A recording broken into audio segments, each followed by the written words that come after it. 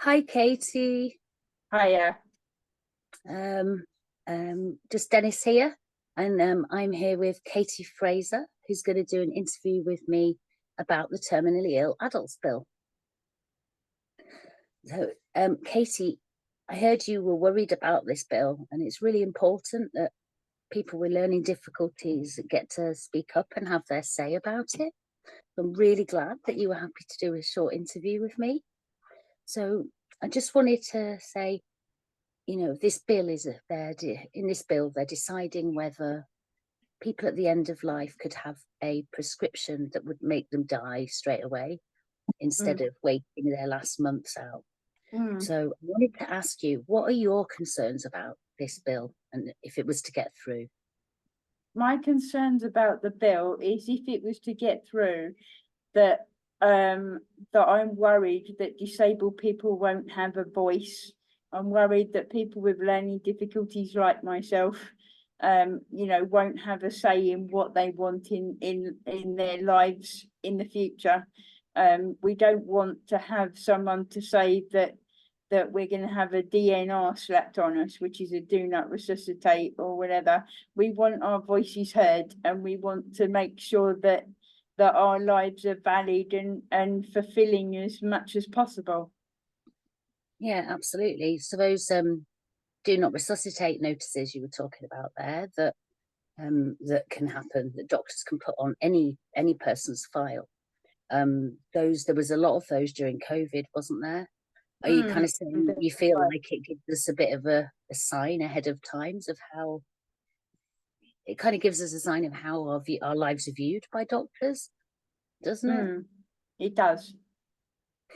And we know at the time during COVID as well that there were particular people that were being targeted for do not resuscitate notices, including especially people with learning difficulties. So, like there was one Yeah. incident we know about where do not resuscitate was put on the entire um, everyone living in a particular institution, for example.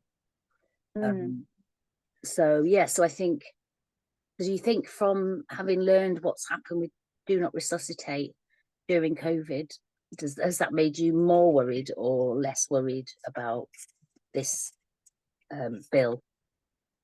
It's made me more worried because I think that the voices need to be heard of all of us, and I don't think that doctors are listening to us in a way that's um practical. I think that they're coming up where they're coming up with ideas about our treatments, or Yeah, they're saying that we might have difficulties in the future, and they're the medical model of disability is coming in where they're talking about we're the problem, and we need something to do with, we need to stop that now.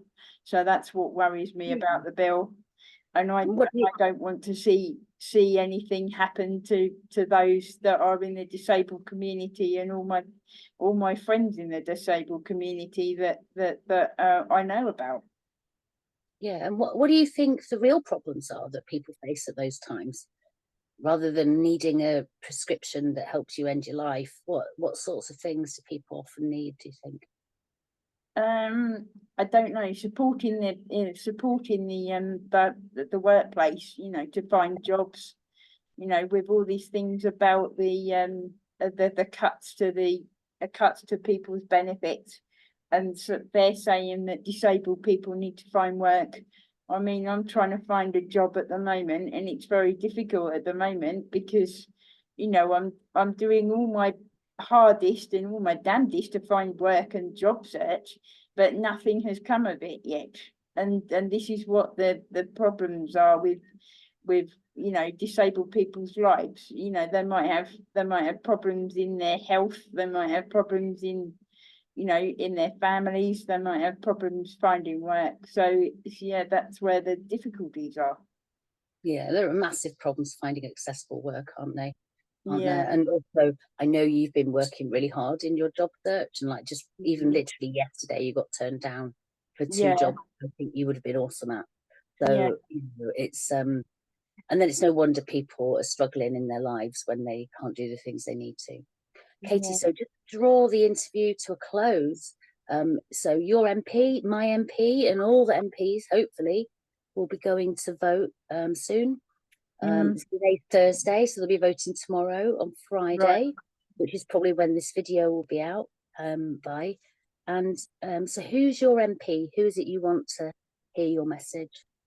My MP is Andrew Lewin, so I want Andrew Lewin to make sure that all our voices are heard, and to make sure that that he knows that disabled people should have their opinions and their say, and it's valid, and it's vital that we all get a say in what our care is, and Yeah, what really we is. want to hear about the bill.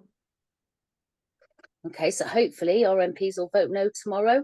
Mine's Jeff Smith, so good luck with yours. And Yeah, good luck with Andrew Lewin. Make sure that he knows. come on, Andrew Lewin, please Yeah, vote come on, no. Andrew Lewin, please vote no. We Yeah, want the bill to be no, please. just this isn't the right sort of help, is it? There's other sorts of help that we need, and we're happy to help fight for those, but this isn't the way, is it? Right, I'm going to end your interview. Thank you so much for coming and doing this video with me, Katie. And I can't wait to see it when you release it. Okay then, thank you. Bye.